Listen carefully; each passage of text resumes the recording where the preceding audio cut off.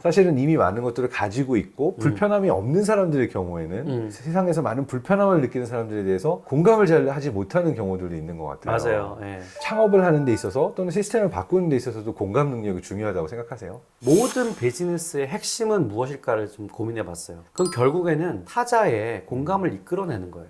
그것이 하드웨어건 아니면 그것이 소프트웨어건 간에 결국에는 다른 사람이 이거를 좋아하고 그래서 이거 해보니까 도움이 돼 라고 하는 것을 상상하고 예측하고 추론해야 되잖아요. 그게 공감이거든요. 모든 비즈니스의 심리적인 기초는 바로 공감이다. 공감력이 있는 사람이 훨씬 더 비즈니스를 잘 설계할 수 있고 잘할 수 있다. 저는 거기에 확신이 들었어요. 그러니까 책에서도 말씀하시는 내용인데 공감을 굉장히 잘하는 분들이 있는데 네. 모두에게 공감을 하지 못하고 내 친구들, 내 친한 사람들하고만 공감을 하는 사람들이 너무 많아요. 예. 정당 갈등, 젠더 갈등, 종교계 굉장히 많은 사회 영역에 있어서 내 편, 내 사람들에 대해서는 지나친 공감을 할 수 있다고 보이지만 나랑 다른 사람들에 대해서 공감을 못하는 부분이 문제가 되기도 하는 것 같아요. 공감하는 것이 모든 비즈니스의 시작이고 되게 중요한 네네. 인간관계에 있어서 네. 기본이지만 네. 이 공감이 좀 엇나갈 수 있는 부분도 있다고 말씀하시는 거죠. 예, 공감이라고 하는 것에 일종의 양날이 있는 거고 정서적 공감이면 우리끼리 우리 편 익숙하고 친한 사람들에게는 깊이 공감하고 그렇지 않은 바깥에 있는 외집단 사람들에게는 오히려 공감을 못하거나 아니면 심지어 혐오로 이어지는 것 이게 바로 우리 사회가 갖고 있는 갈등의 본질이라고 생각하거든요. 우리 사회가 공감이 좀 부족해서 이렇게 사회적 갈등이 많은가? 저는 그렇지 않다고 생각해요. 너무 우리 편에만 공감을 깊이 하기 때문에 그렇기 때문에 갈등이 벌어지는 일이라고 생각하거든요. 우리 사회에 있는 수많은 갈등들과 그런 긴장들은 나랑 다른 사람들에 대한 어떤 다양한 가치들을 수용하지 못하는 건데 그들이 무슨 생각을 뭘 원하는지를 추론하지 못하고 함께 하지 못하는 거잖아요. 그게 공감의 반경이 좁기 때문에 벌어지는 일이라고 생각하는 거죠. 그러니까 이제 뇌과학적으로 보게 되면 공감이라는 것은 뭐 미러링 또는 뉴럴 커플링이라는 현상으로도 설명이 될 수 있는데 어떤 사람이 무언가를 보고 느낄 때 나도 똑같은 걸 느낄 수 있으면 그게 공감인데 그때 이제 뇌파라든지 뇌의 활성화 패턴들이 비슷한 패턴으로 돌아가게 되는 사람들이 있죠. 네네. 이들 사이에서는 네. 공명이나 공감이 일어나기가 쉬운데 네네네. 이제 가장 어려운 것은 네. 나랑 전혀 다른 삶을 살아오고 다른 세대, 다른 성별, 네. 다른 문화에서 온 사람이 무언가를 볼 때 나랑 다르게 볼 텐데 그러면 우리가 1차적으로 일어나는 자동적인 공명, 공감은 줄어들 수밖에 없거든요. 근데 이것을 어떻게 극복할 수 있을까요? 그러니까 공감이라고 하는 것이 정서적 공감과 인지적 공감으로 나눌 수 있다 그러면 지금 정 박사님 말씀하신 그런 현상들은 정서적 공감이죠. 그건 사실 우리가 노력하지 않아도 또 포유류들은 다 갖고 있는 쥐가 막 버튼을 누르면은 음식이 나오는데 동시에 옆에 있는 쥐가 전기 충격을 받으면 버튼을 누르다가 어느 순간 멈추거든요. 그거는 감정이 전염되기 때문에 벌어진 일이에요. 우리랑 다른 존재를 만났을 때는 그게 작동하지 않아요. 근데 그러려면은 우리가 애써서 인지적인 어떤 추론을 해야 되죠. 우리나라 말에 감정이입과 역지사지가 있는데 저 기가 막힌 말이라고 생각해요. 네. 명확하게 공감을 구분해주고 있거든요. 감정이입은 정서적 공감이에요. 그거는 그냥 우리가 그 상태에 들어가면 누구나 정서적으로 슬퍼지거나 기뻐지거나 하는 거죠. 근데 인지적 추론에 해당되는 역지사지는 그거는 노력이 필요합니다. 애써야 돼요. 이런 거죠. 이태원 우리 참사를 보면서 나는 상관없어. 나는 뭐 부산에 사는데 이태원이 무슨 상관이야. 이렇게 얘기할 수도 있어요. 근데 그게 아니라 내가 그 상황이라면 얼마나 힘들었을까, 얼마나 고통스러웠을까를 정서적으로 느끼기 전에 먼저 추론할 수 있어요.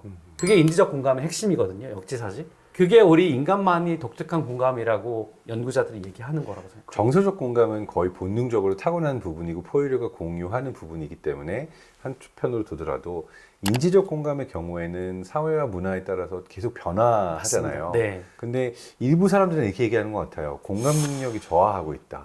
디지털 시대를 맞이하면서 온라인으로 가면서 사람들이 이 역지사지하거나 이해하는 공감 능력이 맞아요. 저하되고 있다는 맞아요. 이야기를 하고 있는데 네. 여기는 동의하시나요? 동의합니다. 그 SNS가 발달하면서 그런 부족 본능을 자극하고 촉진시키는 일들이 많아졌어요. 예전에는 자기가 싫은 사람도 오프라인에서 만나서 회의도 해야 되고 근데 우리가 점점 더 내가 좋아하는 사람, 나랑 편한 사람들만 좋아요 누르고 댓글 달고 교류할 수 있는 싫으면 패친 삭제하고 맞아요. 그러니까 양극화가 될 수 있는 가능성이 더 커진 거죠. 그렇게 본다면 세계가 점점 넓어지고 있고 글로벌화되고 있고 더 연결이 돼 있어서 우리는 어떤 착각을 하냐면 우리 공간의 반경이 넓어지는가 보다. 이렇게 상상할 수 있지만 하지만 우리가 이런 디지털 기술 때문에 점점 양극화돼서 부족 본능으로 가는 그래서 디지털 부족들이 점점 늘어나는 그러니까 공감의 반경이 넓어질 수 있는 가능성은 주어졌지만 사람들은 오히려 반대로 그걸 이용하지 않고 있다라고 볼 수 네, 있는데 저는 그 저변에는 비즈니스 모델들도 있다고 생각해요. 그러니까 뭐냐면 알고리즘들이 깔려 있어서 비슷한 제품을 계속 보도록 되어 있고 네. 비슷한 뉴스, 나랑 비슷한 사람들을 계속 보도록 알고리즘이 만들고 있으니까 네.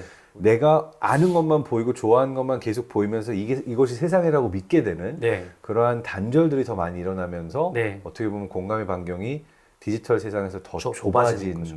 네. 그런 현상을 네. 볼 수도 있는 거죠. 네. 근데 그 비즈니스가 지금 잘 통하고 있는데 자기 성향과 그 다음에 자기가 했던 과거의 클릭에 기반한 그런 알고리즘들이 조금씩 도전받고 있다고 생각해요. 아직은 잘 통하지만 또 한편으로는 우리가 우연하게 만나는 기쁨들이 있잖아요. 근데 조금 다른 그룹인데 만났더니 또 공통된 부분이 있어. 처음에는 못 느꼈지만 그렇죠. 그런 세렌디피티를 발견할 수 있는 알고리즘들이 이제 좀 나올 때가 되지 않았나. 사람들이 이 알고리즘을 쓰면 새로운 것들을 발견할 수 있어라고 하는 그런 경험들을 이제 줄 때가 되지 않았나 이런 생각이 들거든요. 사실 맨날 짜장면만 먹고 가끔 짬뽕 먹는 사람이 피자의 새로운 맛을 발견하는 그렇죠. 거. 이건 누군가가 피자집에 데려가야 네. 먹을 수 있는 건데. 맞아요.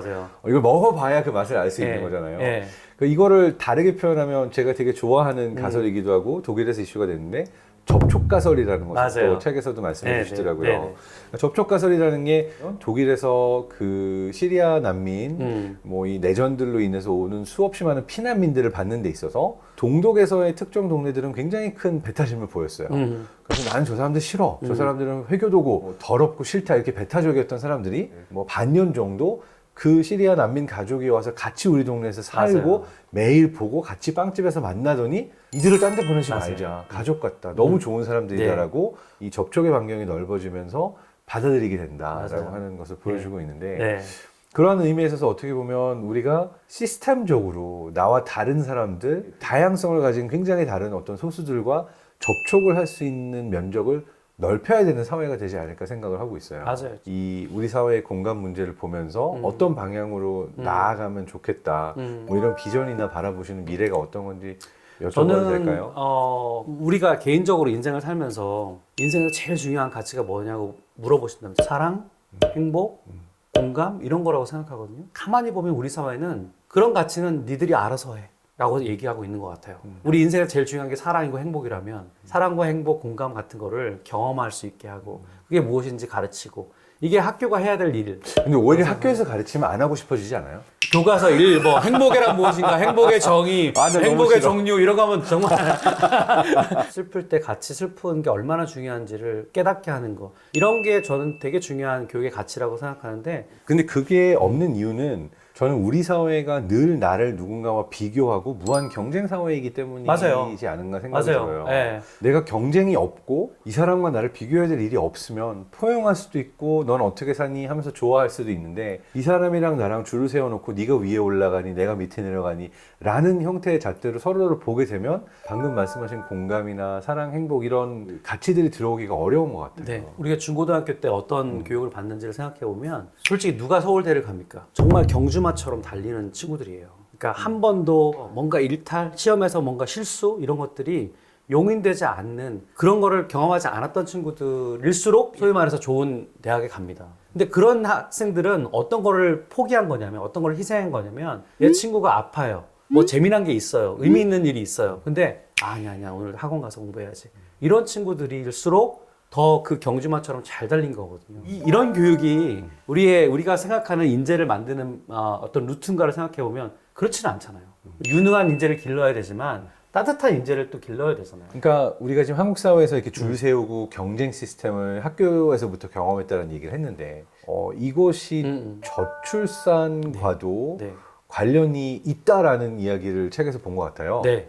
생태학적으로 얘기를 해보면 어떤 동물이든 간에 자기 주변에 얼마나 밀집도가 높은지에 따라서 번식의 그 시기를 늦추거나 아니면 번식을 빨리 하거나 이런 방식이 있어요. 모든 동물에게 적용되는 원리예요. 근데 그 원리를 가지고 우리 사회를 보면 저는 지금의 초저출산, 한국이 갖고 있는 초저출산은 우리 사회가 당연히 이렇게 갈 수밖에 없는 귀결이라고 생각이 돼요. 그러니까 이런 사회에서는 아이를 낳지 않거나 아니면 아이 낳는 걸 늦추는 게 그 개체에게 이득이 되는 행동이에요. 무슨 말이냐면 예를 들어 제가 이제 태어난 때가 1971년인데 71년은 100만이 태어났거든요. 그 친구들이 중학교, 고등학교 가고 대학교 가는 과정에서 수많은 다양한 길로 갔습니다. 대학 안 간 친구들도 많아요. 그러니까 서로 뭔가 경쟁할 이유가 없는 거죠. 여기 가서 일을 하면 돼요. 근데 지금은 어떻습니까? 지금은 누구나가 다 고3이 되면 수능을 보고 다 대학을 가려고 하고 있고 인구는 3분의 1로 줄긴 했지만 경쟁의 지각, 우리 모두가 지금 경쟁자다. 한 곳을 향해 가고 있다.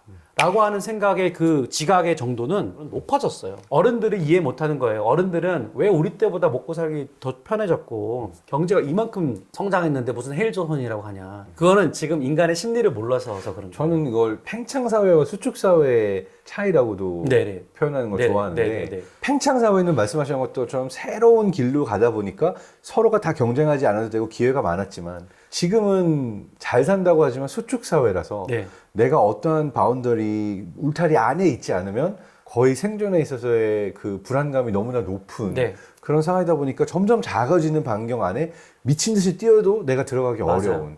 그래서 이거는 어떻게 보면 청년들의 문제가 아니라 그 사회 구조 자체의 기회의 문제, 맞습니다. 구조의 문제가 아닌가 생각이 돼요. 경쟁 지각이 높아지면 높아질수록 출산에 대한 의도가 떨어져요. 우리가 의도를 갖고 있어야지, 우리가 하고 싶은 마음이 있어야지 애를 낳을 거 아닙니까? 근데 우리 정부의 또 정책은 경쟁 지각을 낮추는 일에 투자되는 게 아니라 그냥 복지를 더 높여주면 될 것처럼 생각하는 거죠. 그러니까 문제의 핵심이 단순히 출산, 저출산이 아니라 사실은 사회 안에 존재하는 이 서로를 비교하고 경쟁하는 더 큰 문화가 바뀌어야지만 이게 바뀐다라는 맞습니다. 이야기네요. 오늘 공감 이야기, 책의 이야기를 하려고 했지만 너무나 흥미로운 많은 이야기들을 한 것 같고요. 창업하시는 일 꼭 네. 엑싯 하시고 또 창업하시고 더 많은 이들에게 꿈을 심어주는 일을 같이, 그리고 기성세대의 생각을 바꾸는 일도 네. 같이 해나갈 수 있으면 좋겠습니다. 네, 감사합니다. 네, 함께해 주셔서 감사합니다. 네.